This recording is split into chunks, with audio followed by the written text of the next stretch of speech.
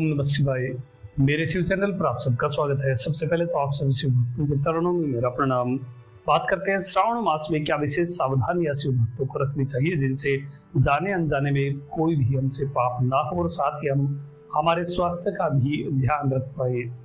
तो सबसे पहले बात करते हैं शिवालय के बारे में।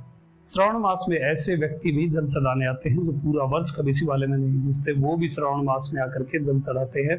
तो ऑब्वियस बात है, हर शिवालय में भीड़ रहती है और विशेष करके सोमवार के दिन तो बहुत ज्यादा भीड़ होती है। शिव भक्तों को प्रतीक्षा करनी होती है लाइन में लग करके, कब उनका नंबर आए और कब वो शिवार्चन कर पाए, लिंगम पर जल अर्पण कर सके।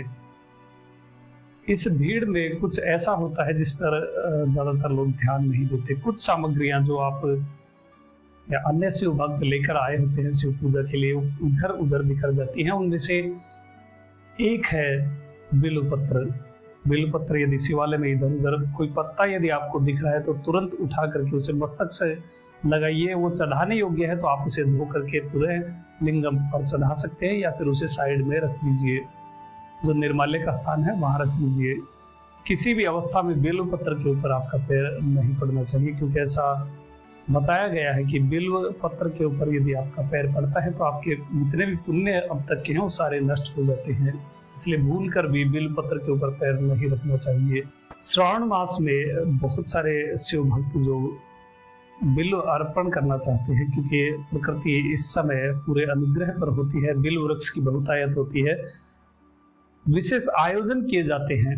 तो कुछ शिव भक्त 1 लाख बिल्वपत्र या 1000 बिल्वपत्र इस प्रकार के संकल्प भी लेते हैं। अच्छी बात है, किंतु बिल्व वृक्ष का ज्यादा उपयोग वही करे जिसने बिल्व वृक्ष की सेवा की हो। बहुत सारे शिव भक्त उत्साह के अंदर बिल्व के वृक्ष को क्षति पहुंचाते हैं और एक एक बिल्वपत्र चुनने की बजाय वो पूरी डाली ही तोड़ लेते हैं, पूरी लता पूरी शाखा को ही तोड़ लेते हैं, जिससे वो अधिक बिल्वपत्र एक बार में ही प्राप्त कर पाए। इस प्रकार का पाप बिल्कुल भी नहीं करना चाहिए।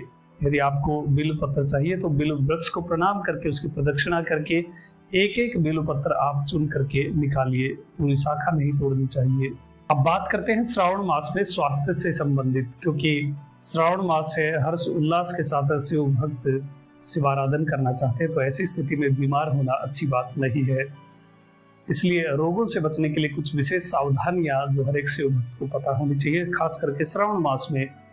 इस समय इस श्रावण मास में दूध के सेवन से बचना चाहिए, क्योंकि श्रावण मास का जो मौसम होता है इसमें हमारा पाचन तंत्र जो है वो कमजोर स्थिति में होता है और दूध इस अवस्था में हमें हमारे शरीर के अंदर वात और पित्त को बढ़ाता है, जिससे अनेक बीमारियों का निमंत्रण हो जाता है। इसलिए दूध के सेवन से बचना चाहिए।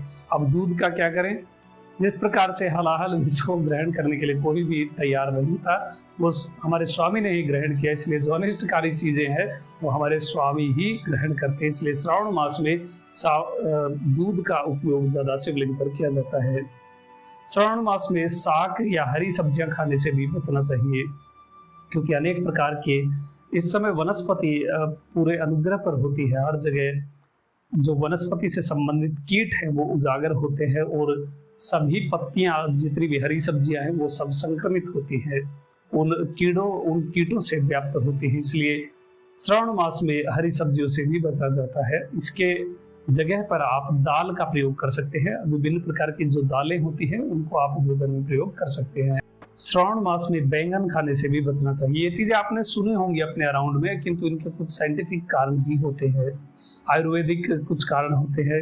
जैसे बैंगन का उपयोग हमें नहीं करना चाहिए, क्योंकि इस समय जो कीट होते हैं, जो अंदर कीड़े आपने कभी देखे हो, बैंगन को काट करके बहुत बार कीड़े हमें अंदर बैंगन के मिलते हैं, तो इस समय कीड़ों के प्राप्त होने की जो संभावनाएं हैं वो ज्यादा होती है। इसलिए बैंगन को त्याज्य बताया गया है। बैंगन का प्रयोग भोजन में श्रावण मास में नहीं करना चाहिए।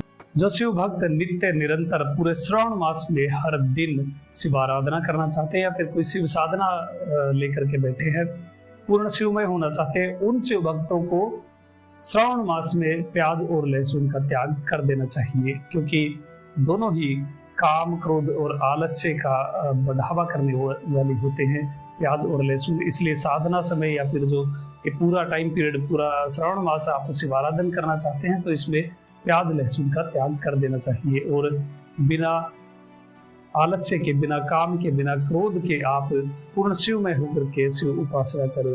तो ये थी जानकारी श्रावण मास में कुछ विशेष सावधानियों के बारे में जो सभी शिव भक्तों को अपनानी चाहिए। अभी तक के लिए इतना ही। आपका दिन शुभ हो। महादेव कृपा करे। अरुणाचल शिव। ओम नमः शिवाय।